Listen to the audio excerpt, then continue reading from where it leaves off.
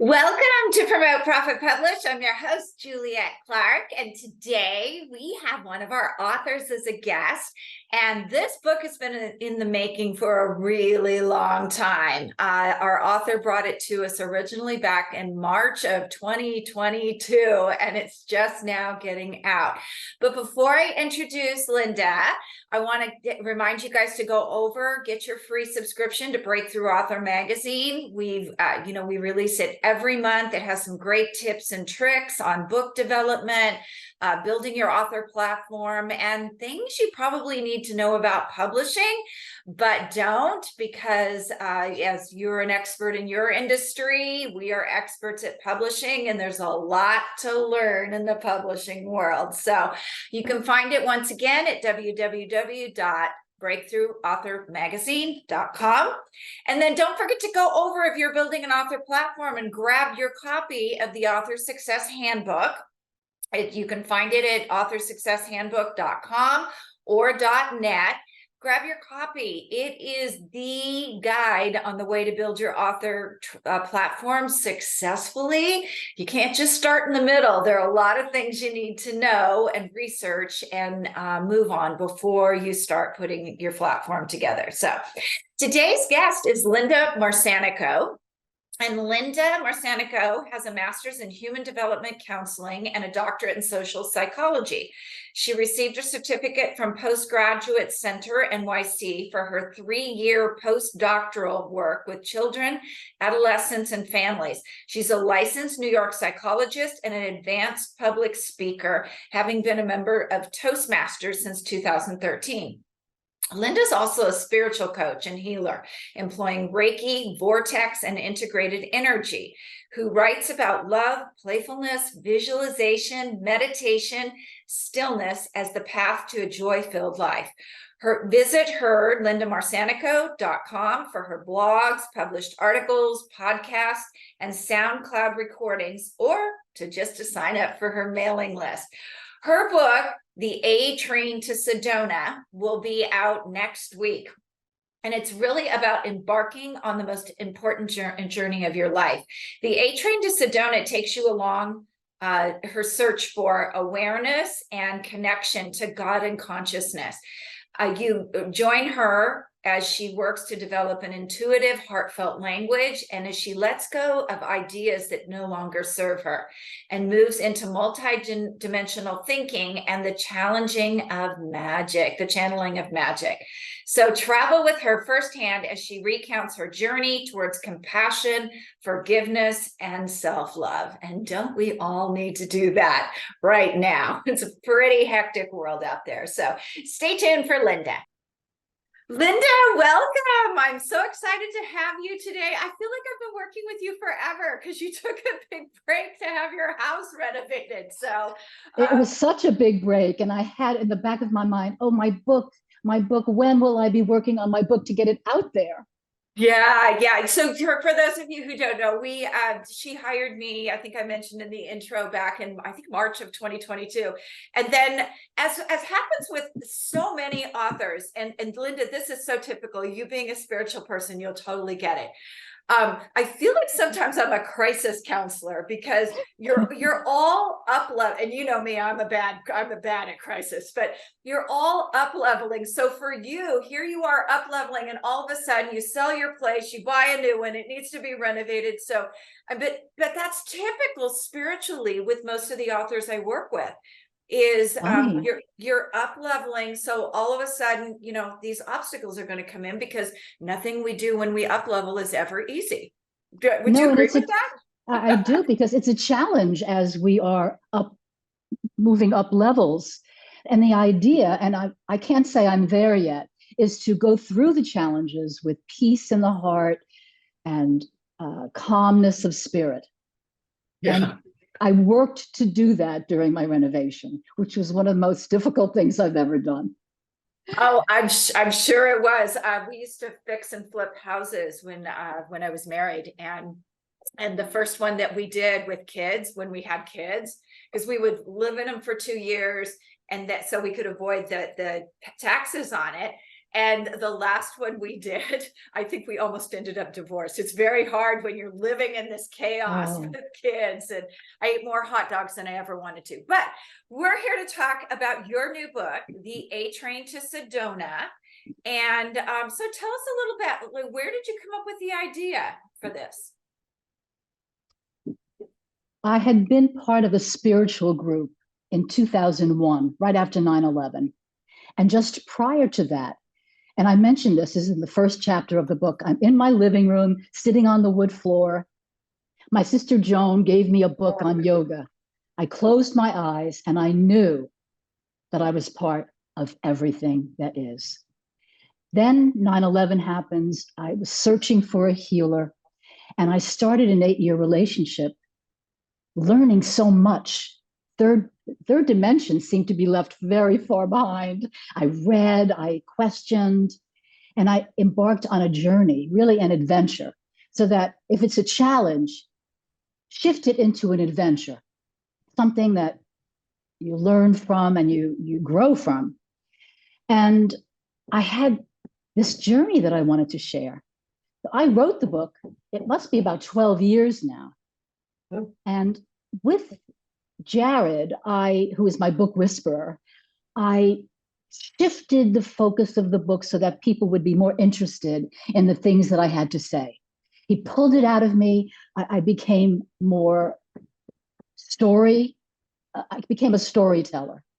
And then I put in a little bit about science and a little bit about DNA, and it's all kind of intermixed. So basically, I wanted to share my journey so that hopefully others' journeys would be shorter. I've meandered on the A train, the local A train, and I want to help people get on the Express A. That is awesome. And for those of you who didn't hear the introduction, when Linda says 9/11, she's in New York City. So it's very close. It was very, very close to home for her. That is so interesting, accelerating the journey, because I remember when I went on my journey, it's like, I was like out in the wilderness for probably and when I say, well, I mean just trying to find everything about who I am and exploring. It probably took a good 6-8 years as well. And it really kind of knocks you off of your center. It can, yeah. And finding that new center. So you started writing the book. And did you do that during your awakening or after? And what does it have to do with Sedona? Well, I went on twice yearly retreats in Sedona with the spiritual group. I had never heard of Sedona, but I was behind the times. Everybody knew about Sedona. So I learned about it and I fell in love with it. And we meditated, and meditating in Sedona in the vortexes is like just ascending into other dimensions. It's an amazing experience. And I bought a home there. So the aim of the book is to have the reader bring the peace and calmness of Sedona into their heart so that it's theirs and no one can take it from them. No matter what city they live in, there's a beauty and a peace and a spiritual quality about Sedona that we can internalize. Yeah, so that's what I'm talking about. The A train inward, the Sedona in the heart. There you go. The express train into healing all that. Now, do you find, since you've done all this work, and I'm just relating to my own, like nothing is really ever a crisis. Like I go into that mode I used to go into before, that's kind of like, but it's over quickly. It's like, okay, it happened. How do I fix it? Is it sort of like that for you as well? Were you a little bit, I don't want to say it was unhinged, but there would be drama around it. And now I don't feel that drama. I've cut a lot of drama out of my life. In fact, if I see drama, I like to turn and go the other way. Right. And so when I think of our moods prior, the moods could be like this. With work and healing conflicts and letting go of what doesn't serve, things come in and we rebound. We come back to the central beam, which could be the heart, meditation, breathing, walking, being, so that we become ineffable. And ineffable, one meaning of ineffable is unmoved by powerful emotions. So that I work at this, and I'm sometimes there, sometimes not. I can say, oh, yes, I could see anger, I could see grief. Oh, it's so painful, but just observe them. Yes. Yeah. And And therefore, the body's at peace. And we're not disavowing ourselves. We are noting what is happening, but we're not in it. right. That is so true. And you know what's been sort of a challenge? I always had, I don't know, were you before this took place, were you sort of that controller? Like you made sure that's sort of where I was at. I was always controlling the situations. And it's funny because one day I woke up and a situation that had been recurring came, and I was like, you know, I just can't control it. And I let it go. And it was amazing for me from a faith basis to come back a month later. That whole situation came back, but it came back as, I didn't listen. I should have listened to you, which doesn't mean like, it's not me saying, oh, I was right, but it was me validating. I just let it go and let them do their own thing. And so it's really funny now, because when I try to teach this to my children, it's more of a, if that obstacle came up, God has a different plan for you. Can you just hold on and watch it? And my kids actually will come back to me now and go, what was it I was supposed to learn from that? Because I'm just pissed off. But at least they're in that mode now where they're like, okay, I need to take a breath. And there was something I was supposed to learn. Was your experience like that at all? Or you seem more easygoing than I am. Well, we're all different. I remember willing things to happen, thinking that I could will something. Yeah. And really, we can't. And so I will often say, I have to leave that to you. I'm leaving it to you, Creator. I have screens. Now it's August, it's warm in New York. My screens are back ordered. So I haven't screamed and yelled. The woman said, you're so patient. Thank you so much, Linda. Mm-hmm. And I said, I have to leave it to you. It's in your time frame, not mine. I ordered them on June 2nd. It's 2 months now. Oh my gosh. So it's things like that, rather than making myself miserable by thinking that I can will something, to realize that there's very little that we have control over.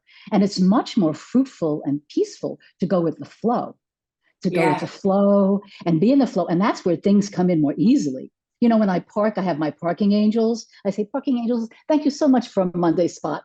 And very, very often I get my spot. So yeah, I make a turn where I'm supposed to make a turn, and I'm in the flow. Yeah, I think that's one of the biggest challenges in life is not getting into that, because that's where the drama happens, when you're, trying to command or will something into existence.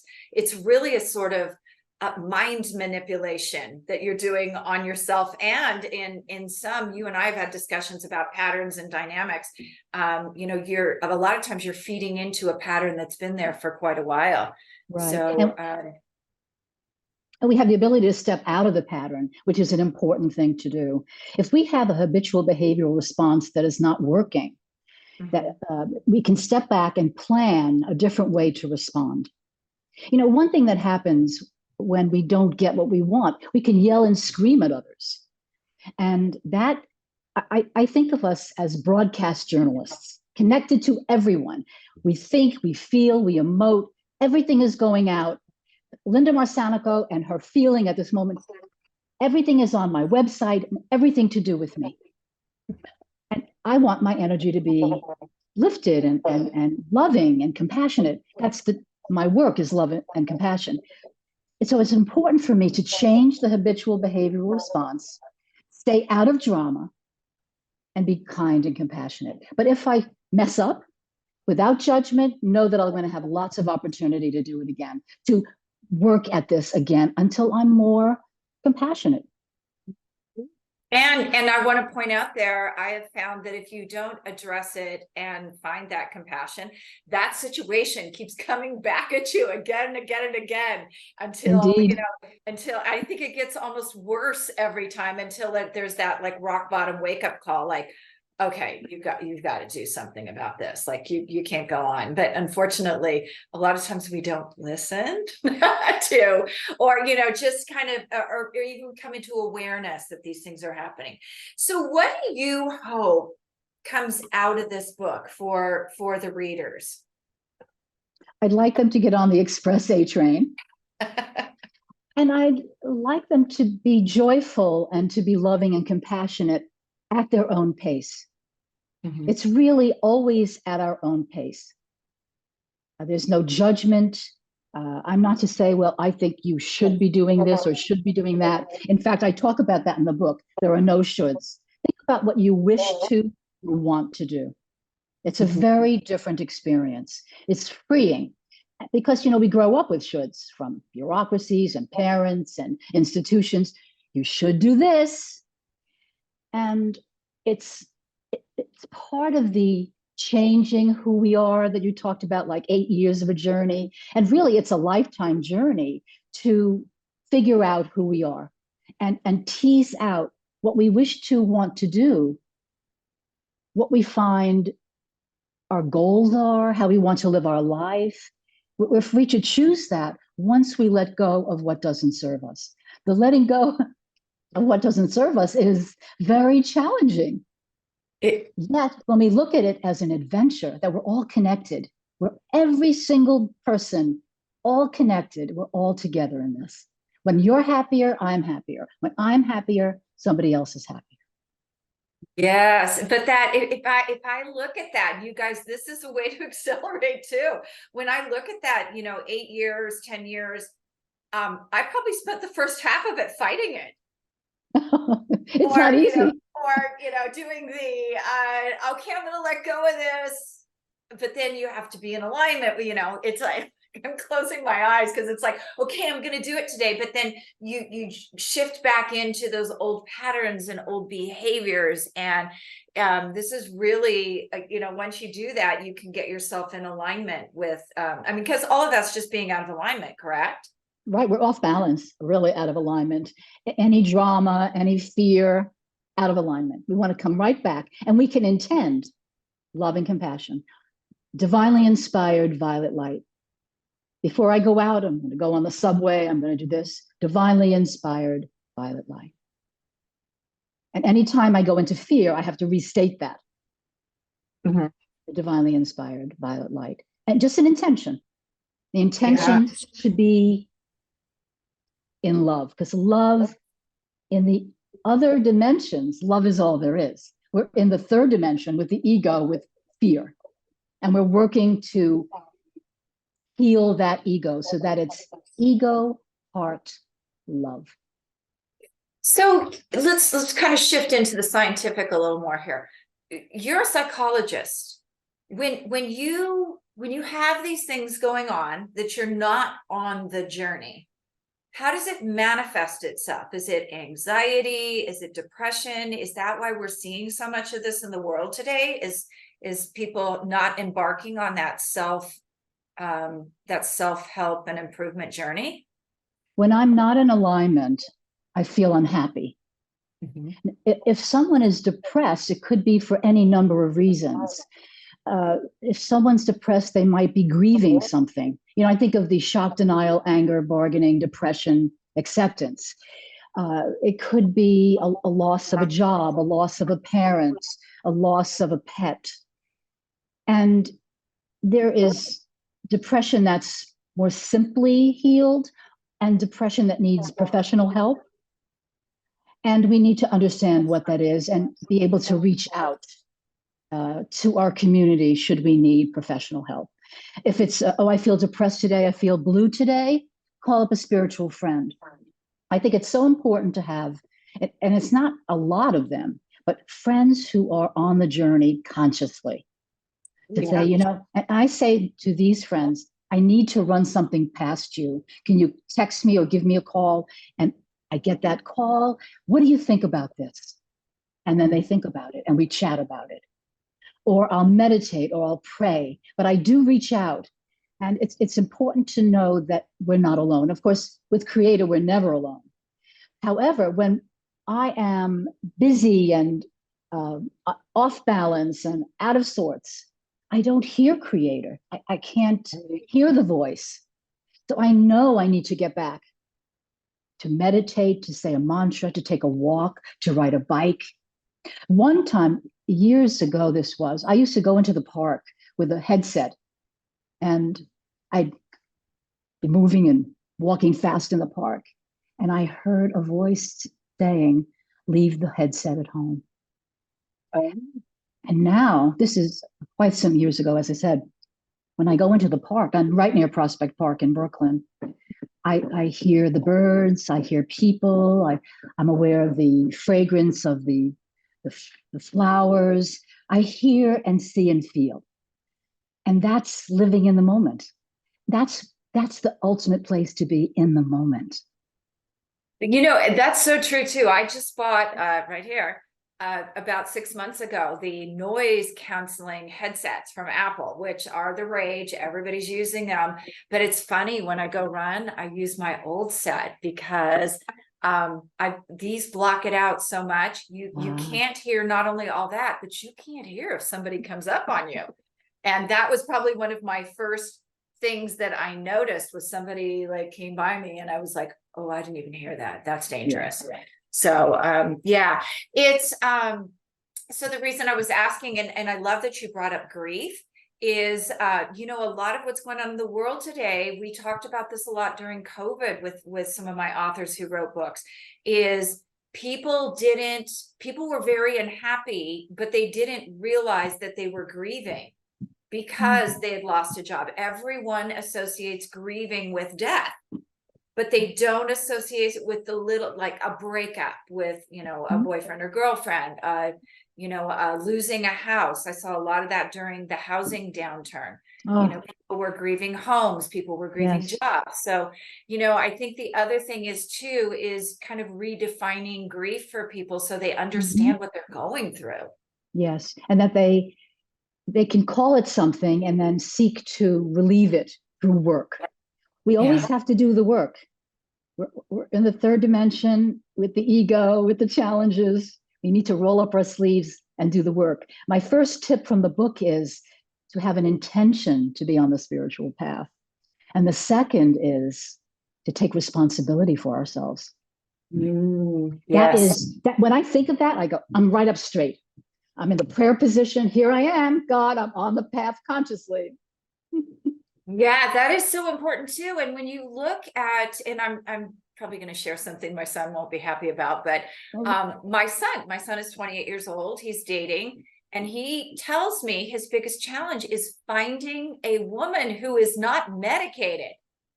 And I think that's a lot, goes back to the work that the pharmaceutical community has basically told us, we don't need to do our work, just take this pill. Right. And for a lot of people, it's really creating a very dysfunctional society, because there are a lot of people out there not doing the work. They're popping a pill thinking that's doing it for them, and it's really not. And it'll only last usually for a bit of time until the pill doesn't work so efficiently. Not all pills work at all times forever, over the long term. And this reminds me of a part of Neil Donald Walsh's Conversations with God book. Neil says to God, God, I don't want to work on this. God said, Neil, take 10,000 lifetimes. So Neil says, oh, I got to deal with it now. I have to deal with it now. So who knows if somebody on a pill today will be dealing with it in this lifetime or another lifetime. We want to observe and send love. Yeah, exactly. So Linda, where can we find your book? You have a new URL where we can go grab it. It's coming out on August 29th. And do you remember the URL? Yes, I do. It's the atrainbook.com. Yeah. I'll repeat it, the atrainbook.com. I I'm so excited, you guys. Linda is one of my tech challenged people. So Oh gosh. we're weaving through it, but she's getting it. She's With starting your to get it. help, with your help, Juliet. Well, yeah, you would have found it anyway, but you know, it is always fun to find to work with people who are a little bit challenged, because I used to be challenged too. So I get it. I'm compassionate about it. You are, and very helpful. There we go. Well, thank you guys for coming in today, for listening. Linda, thank you for being such a great interview. Thank you so much, Juliet. Take care.